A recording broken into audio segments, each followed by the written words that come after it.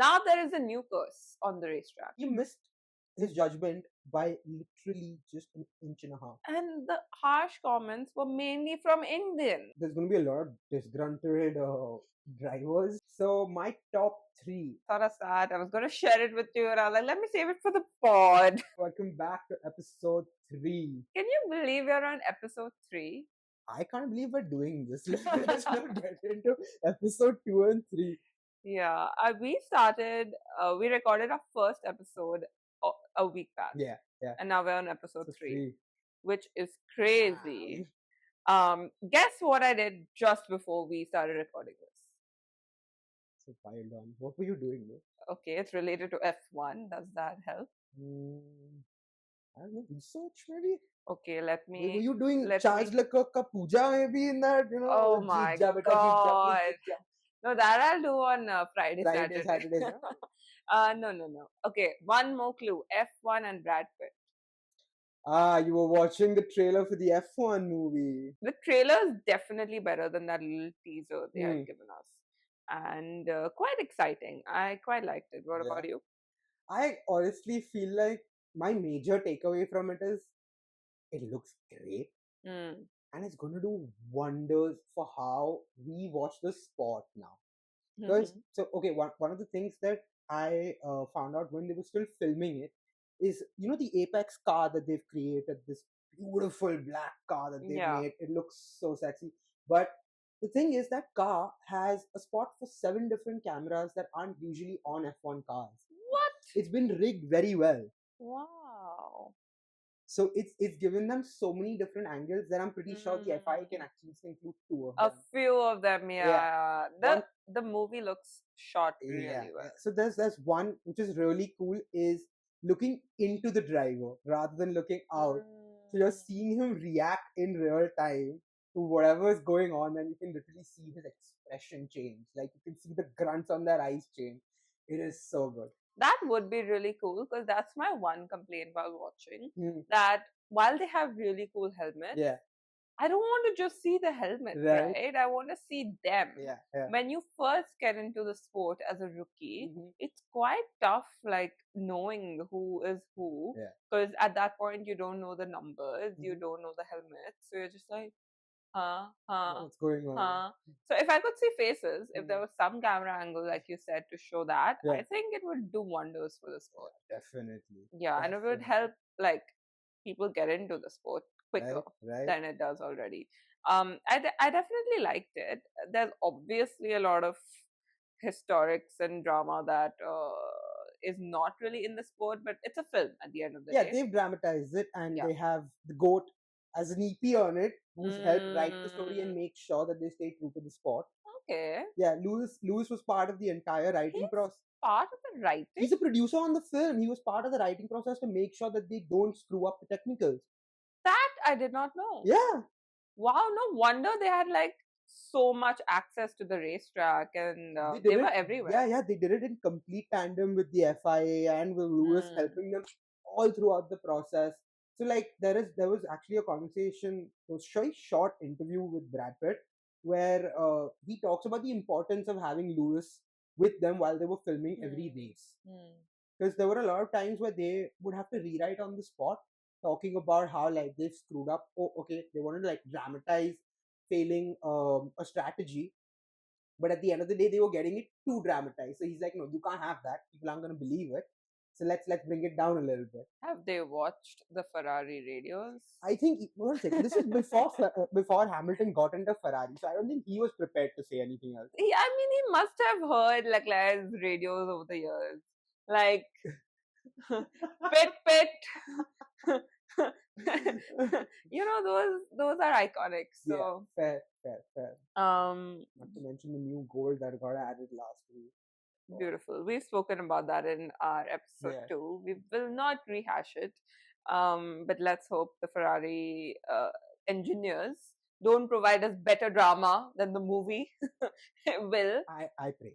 Yes, I'm going to join you in praying on Thursday.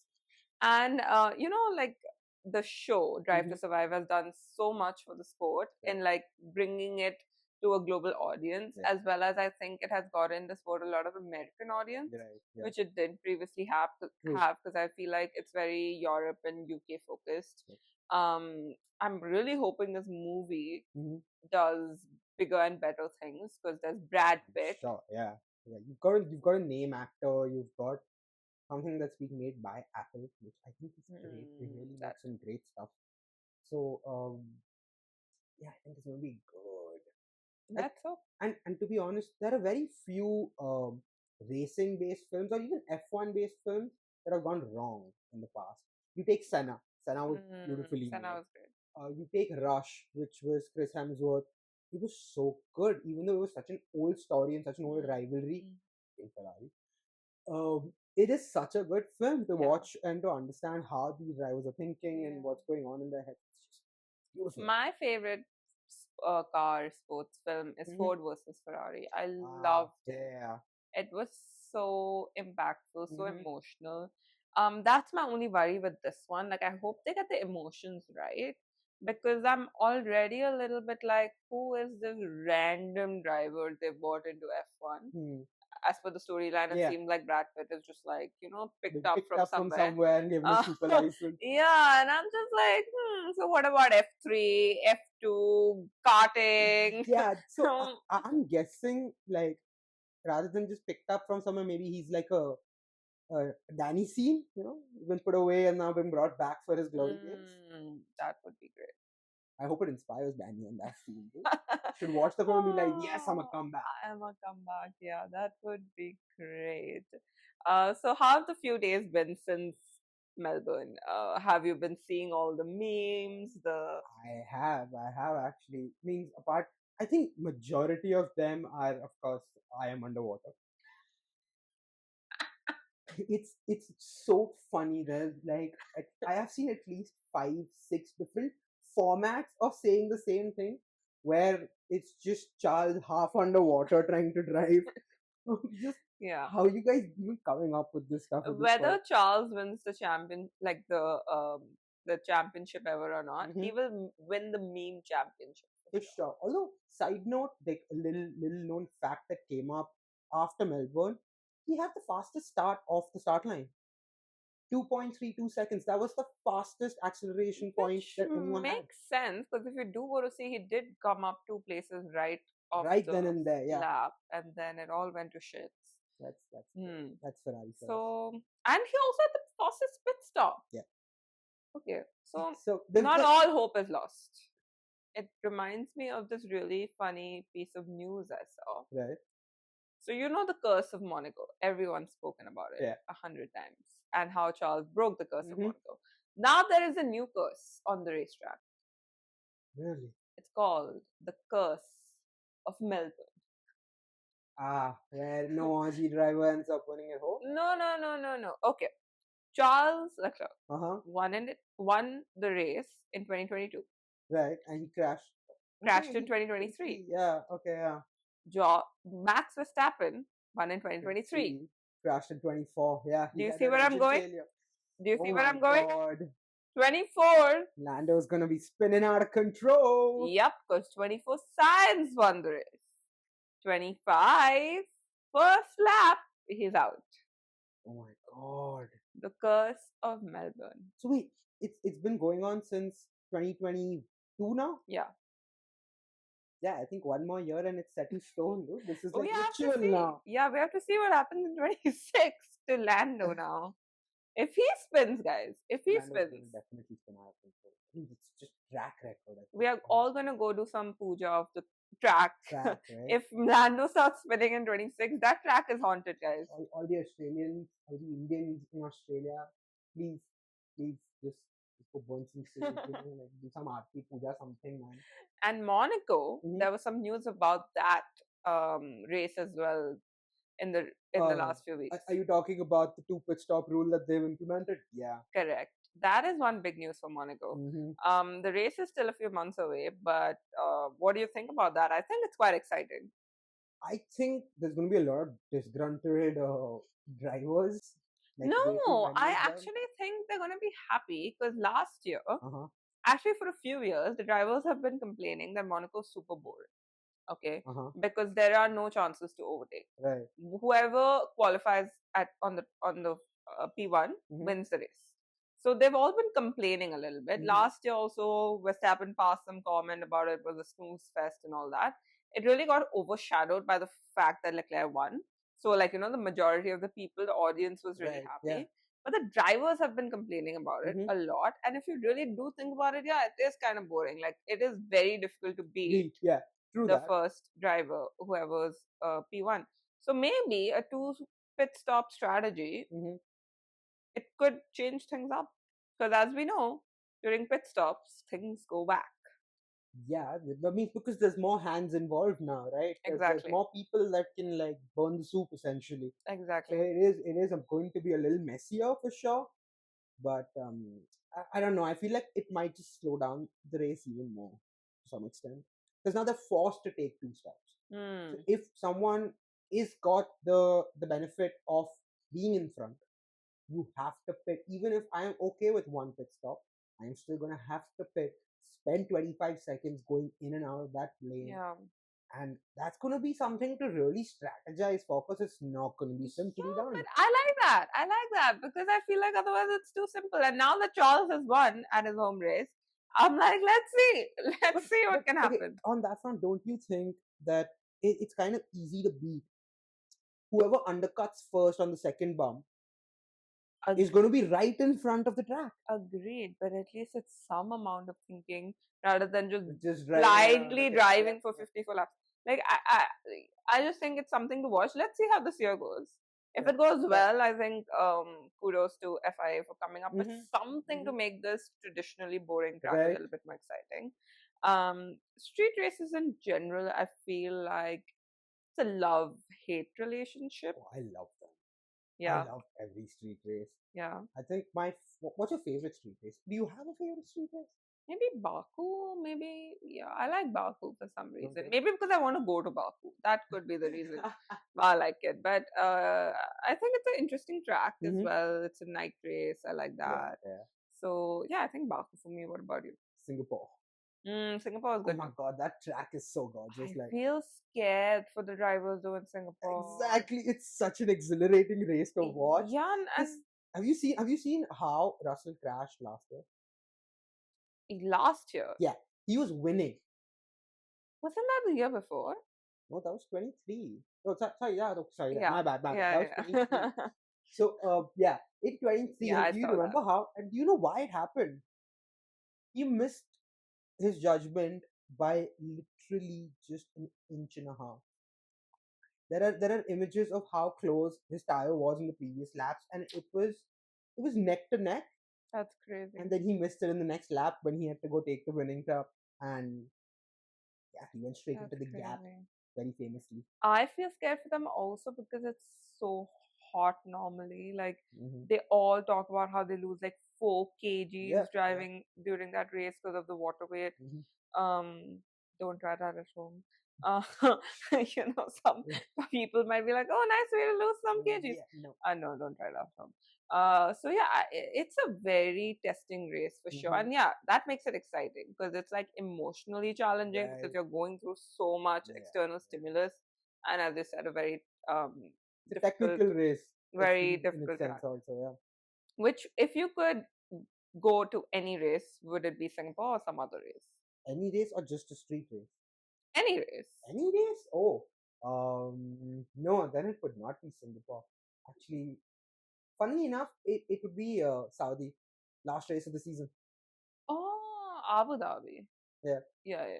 That would be. But I'm for sure if it's a deciding one, I think it is definitely the best race to go to. Almost always a deciding. Since 2021, I have been watching these races, and since 2021, except for 22, it's always been a deciding tough one. I think I would choose Monza. I'm a Ferrari girl, as we've clearly established. And like, where better to watch a race than at the home of Ferrari? True that. And imagine if we could go to Monza this year and Lewis Hamilton wins. Just imagine. These are like what I dream about every night. This is exactly right. It would be so fun to watch that race. I would love to do that. Yeah, only if a Ferrari driver wins. So. You will be not winning to like just imagine the atmosphere when there's like this red streak moving in front of you at the speeds that it's at, and then the entire crowd is a wave of red. Yeah. Just taking you with the flow, and all that energy just pumping you. It's and I know like a lot of races you run onto the racetrack, but I feel like Monza like infiltrates the racetrack. Like they wait for that last driver to cross, and as soon as the last driver's crossed, they've gone in. Like, they don't even wait a second. Like the rest of the tracks, I know, they have like these organized ways of letting people onto the track. I don't think Monza they can ever hold people back. There's a new street racetrack being added in 2026. Are you talking about Madrid? Yeah. Next year, Madrid is going to be a new street race. And like I was saying, I feel street races are controversial. They can be love or hate. Right. Some drivers have vocally said they don't love it. Some, think that the permanent racetracks are more fun. So yeah, I'm excited to see how Madrid is, how it pans out. So have you seen the mock track anywhere? Not. I don't think so. I saw a couple of images. I don't know how true or false they were, but it looked quite nice because they've got I think 2 really good straights on it. Okay. And it's essentially a street race, yes, but it's not going to be as twisty as Singapore or as like Azerbaijan is. Those are like twisted. The both of them street races are twisted, but this one's going to be a lot simpler on that front.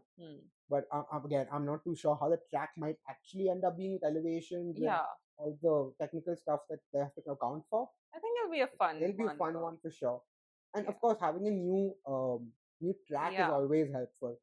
And with so many rookies, I mean, I'm hoping a few of the ones this year remain into next year and don't like get chucked out in one season. But if we can retain 6 out of 6 rookies going into a new track, we can see the legends versus the rookies on a new track. Right, it's gonna be fun to watch something like that for sure.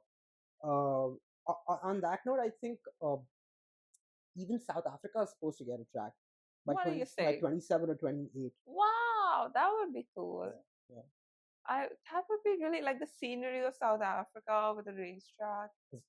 I have a feeling that if Lewis ever finds out that it's happening, he's gonna be the first one to start like going gung ho about it, because he's so proud of the fact that he is the only black driver on the track. As he should be, the first black driver for Ferrari, which is a great deal. Like, to break that barrier is something to be proud of course, no doubt. So if he were to get wind of it, and if it does turn out to be real, I feel like he's going to be on top of it. He'll be like, yes, we have to get this done. Definitely. I really wish, like, they have 24 races. I feel like they can go to a few more places around the world. They should really explore it, because that is how you will get a new audience, right, for the sport. And there's so many untapped markets like us, like India, like. Okay, technically we aren't untapped as such. Come on, like, we are a big sports nation. Are you forgetting the Buddh circuit? Which is there now? It's still there, by the way. The circuit exists. We lost our license to host because of like not being able to keep the track maintained the way they'd wanted. Yeah, which is bad on our part. But I hope there is some talk to bring F1 back. A side note, do you know they had Formula E on the Bangalore streets last year? They had a street race in Bangalore. Yeah, Formula E is quite, like, Mahindra is quite big on Formula E. I did not know there was a street race in Bangalore. There was a street race in Bangalore, and of course, Indians, we did what we do always. We did not wait for people to tell us that we can go ahead on that road. What? There were bikers that have tried to get onto the track while there is a race happening. And I'm just going to tell you this, the acceleration speeds in a Formula E car are vastly higher than a Formula 1 car. Oh. Yeah, they may not have the top speeds, but the acceleration speed itself is really quick. I am quite surprised no accidents happened. Yeah, same. I was very surprised that no accidents happened, but we should find out if it's happening this year. Right? because we might not be able to go to Singapore and Monza, but we can go to Bangalore. Yeah, for sure. For so sure. we should find out. That would be really fun. But yeah, like I feel like we're such a big sports nation. Like we love our sports, right? Yeah. And if you think about that, F1 is an untapped market. Like there aren't that many fans of F1. Not anymore. Yeah. Not Which anymore. it like, you know, there are waves. Yeah. We did ride the wave at one point, and now it's significantly dipped. Yeah. And they should find a way to bring it back. They should, we should, we all should, as a collective. As a collective, yeah, definitely. One step has been made, which is Kushmani. Oh my god, that was some big news. That was huge news for us. That was such good news too. Like I believe at least like I know even Arjun's done it. His older brother, so Kushmani's older brother Arjun, and he was also an F2 driver, and he still races rallies today. So it's great that his brothers finally made it to F1 now. Yeah, and it's going to be something to watch if they actually put him behind the wheel. I would be so excited to watch that. He has been in F2 for a few years now, and it's so great. Kushmani, guys, has been taken as a reserve driver for Alpine.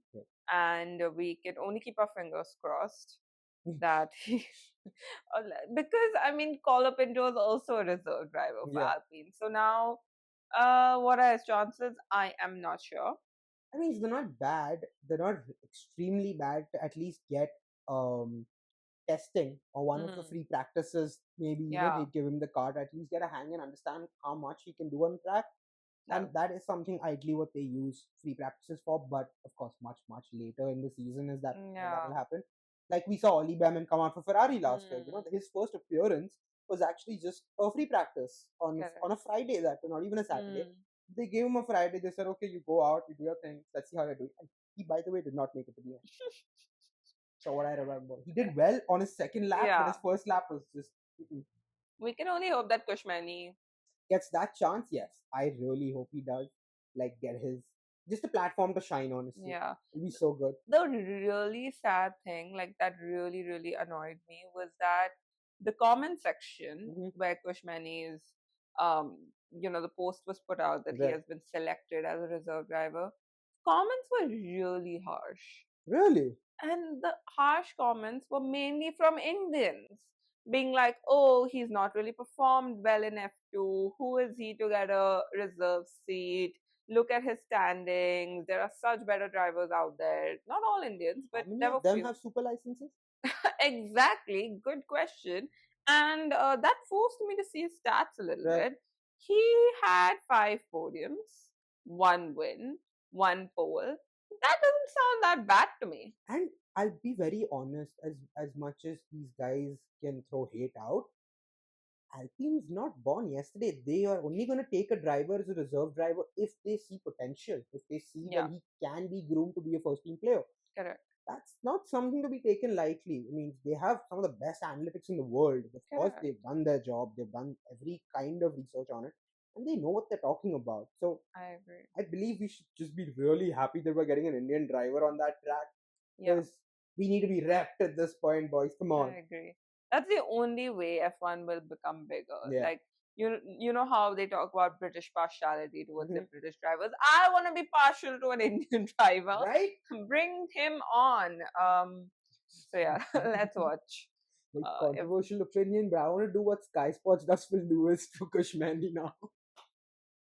We will only talk about Kushmani all the time. Kushmani on the track going crazy. I'm going to go nuts if that happens. Kushmani, if you're watching, we would love to have you on our podcast. Thank you. Definitely. Yes. Next race, China. It's going to be fun. I think it will be fun. Although, not many people, you know, if they were told to choose their favorite race, or which race would they want to visit, do you think too many people would say China? No, I don't think so. Yeah, for some reason it's quite an underrated that's usually because, and this is something that I truly believe, so China is, I'm not too sure if it's always been the second race, but it's been the second race for a very long time. Even during COVID, in fact, they started, COVID was the only time they couldn't do China. Yeah. Right. I think that plays a big factor because for 3 years, China was not on part of the. So I think it's forgotten. People have forgotten about China. That's something that I like about it. Like, yeah, I agree. You're back on common, like you're back on new ground. You don't know true. anymore. You don't have the instinct to drive it every year. So practice makes perfect. Go for it. Try something new. It'll be different. Last year it was the 5th race, right after Japan. And it was also the race where Norris came second and started to show that he could take Verstappen on. Yeah. It was the turning point, if I may say.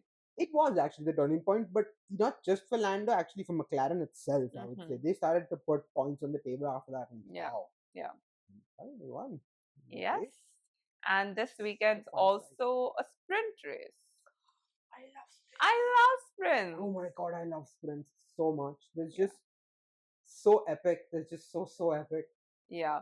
And I had heard, I forget who, but someone I was listening to last year said, why do we have FP3? We should just have a sprint every race. I mean, okay, there is a difference between having a practice round and a sprint race where you're earning points, right? No, but fun, right? Fun? No, they're giving you both anyways, right? They're giving you a Friday to practice. They're giving you a Saturday qualifying in practice, and then no way. Saturday is qualifying in sprint, right? So you get 2 practices qualifying in a sprint. Yeah, so someone was saying that every race should be that. 2 practices. You want to make that like the norm everywhere. But now imagine doing a sprint on Monaco. Would that make any sense? Maybe someone else would have a chance to win. That would be fun. Because I feel like that's what sprint does, right? Like it's like 2 chances to win. Like, it's an additional chance to showcase. Yeah, and I might be wrong on this, but I hardly think the sprint and the race winner are the same. Are they? Maybe in the Verstappen era. Just the Max era. In the Max era, it's the same, but otherwise. Recently, I was going through Instagram, and I started seeing these compilations of Max's other side. Like someone we all think is this cutthroat. Yeah, he is cutthroat on the track. At home, he's sitting and playing with kittens. Like he's a softie on the inside. In fact, at one point, there's an interview of his where someone asked him, "What would you want to go for 8 championships as well? Take that trophy for yourself." And he says, honestly, it doesn't matter as long as I have raced my heart out. Yeah. And after a point, all I want to do is have a family life. I want to like race kids, and I want to do all of that. I don't want to keep racing for so long that I am trying to earn something that might not be possible someday. Yeah, I have seen that interview of his as well, and his homely side is often overlooked. I have seen a few videos of him and his daughter, and it's the cutest. Right. Like how she's so affectionate towards him. You can never tell he's like a stepfather to her. He seems like he's always there for her, and that's beautiful to see. And I really do hope he stays for a long time in the sport. But now he's having another child, and I hope that does not make him even think of retirement. Because imagine if Max Verstappen was not there in the last race, Lando Norris would just be 5 minutes ahead of everyone. He would actually. He would be like exactly half a minute ahead of everyone. Like Verstappen's the only one who kept it exciting. True. In that sense. Of course, there was a lot of midfield drama happening, but up ahead, Verstappen was the only one who could challenge Lando in the last race, at least. Yeah. Getting into a few stats. Do you know who has the most number of wins in China? Yeah, I do. Lewis, baby. Yes, it is Lewis Hamilton. He has 6 wins in China, which is amazing. Insane. But before you start flying high, I have to also tell you another stat I saw. I'm not like this one. Yeah, I also saw another stat, which is quite sad, if I may say so. Which is? I'm quite scared telling you. Come on, you gotta tell me. Lewis has had, since 2000, he has had the 2nd worst debut with Ferrari. Yeah, that is true. That's not good. And even I saw this and I was like, man, even Alonso did better than you, bro. Alonso got 1st place. He did great. Oh, he got 2nd place. He did great then in comparison. He's tied for 1st because he won on his debut. Correct. That's what. He came So I first think on his Kimmy debut. and him got. Yeah. Yeah, I saw that. I was going to share it with you, and I was like, let me save it for the pod. I saw it. I was quite like heartbroken, but I'm like, starts don't dictate ends. So, let's see. I agree. Let's see what happens. Do you want to do the predictions? So, my top 3. Wait, for the race or for the sprint? Ooh, we need to do both. We need to do both. Okay. For the sprint, I'm gonna take third place as Charles, second place as Max, and first place as Norris. Actually, wait, I'm gonna take first place as Piastri.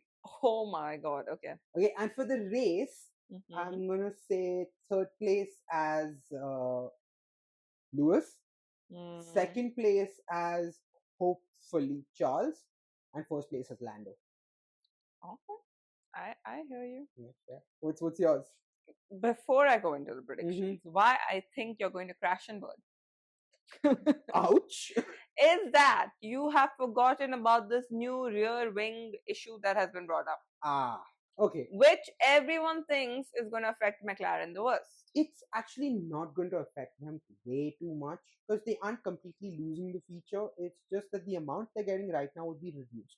Yeah. Now, in an overall sense, the car performance, while it will be affected a little bit, it's going to be so marginal that it won't matter because it's happening to everyone. But then I'm not sure. Like the general consensus is McLaren's going to suffer the most because their rear wing has been really. The mini DRS is something they've been banking on since last year, and that's what. Which is one of the bigger noticeable changes they've done to their car. So with it gone. It's not essentially gone though. That's like I'm saying they've just reduced the amount they can do. Fair. But I'm gonna kind of keep that in my mind. Go for it when I make my predictions. I feel like Kimmy's coming top 3 in something. Kimmy's coming top 3. Yeah. So for the sprint, my predictions are Carlos Sainz third. For the sprint, I see that. Yes. That could be possible. That would be a good one. He did really well in testing.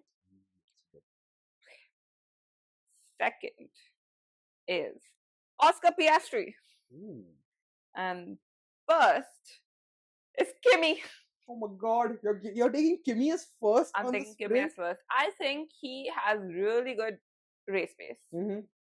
Okay, he might not be able to beat the legends in a full-on race. Yeah. But in a sprint, I think he's got it. I think the man's got it. I think the boy's got it. Okay. He's quite a boy. Yes. Now going for the race. Oh my god. Okay. Third place. Charles. Because I'm a Ferrari girl. Now that you've said it, I'm making it in my tag. Yeah, you should. Second, Russell. Okay. And first, Max Verstappen.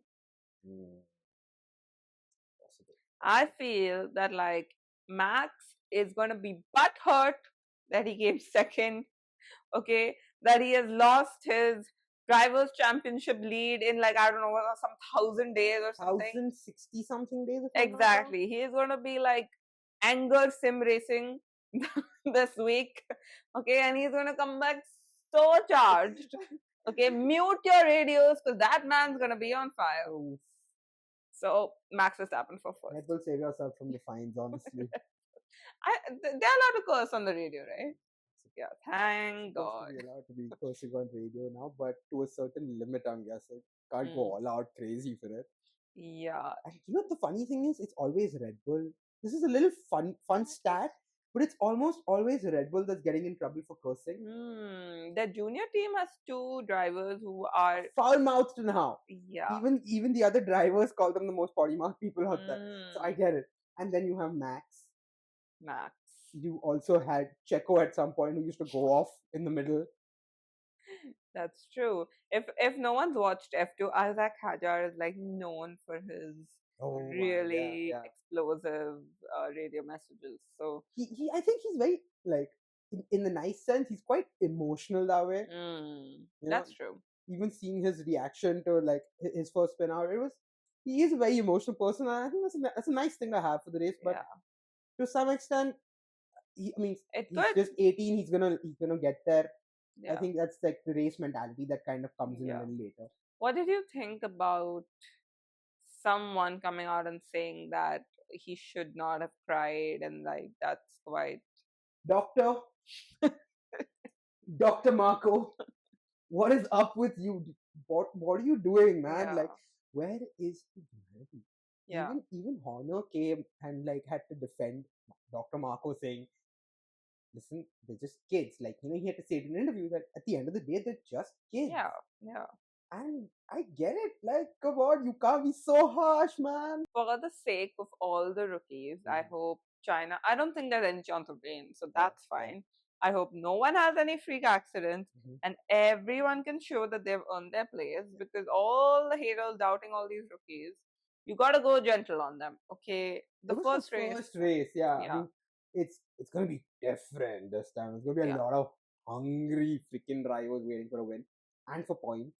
I agree. It's going to be crazy. Let's see if anyone can do as well as Kimi has done. Yeah, and let's see if Kimi does as well as he did the first time as well. Hey, he's going to win the sprint. Yeah, I want to ask you about that. Yeah. Why does he win the sprint but not the race? Like I told you, I feel like winning the race is way harder, because you have to do tire management, you have to have strategy, you have to have mental grit for so many rounds. Whereas sprint is a little easier, like it's a little shorter, there's not like that much craziness involved. So that's why I think sprint is something he could still do. I don't know. Let's see, maybe he'll surprise us and win both. If he does, dude, rookie of the year already. We've already predicted it. Yeah. Guys, so the Chinese Grand Prix will be on from 12:30 to 2:30 p.m. IST. Please watch. We want more people to get into F1. Yes. And if y'all don't understand anything as rookies, trust me, we're doing a live story every time something happens. Just stay tuned and we'll hear everything. Yeah, our live reactions, some say, might be more entertaining than this podcast. Because it's like unfiltered, right? We're just doing whatever the hell comes. Y'all can see that also. We have it in our highlights on our Instagram stories. So please go have a look. Yes, and yeah, that's all for today. See you next time. See you.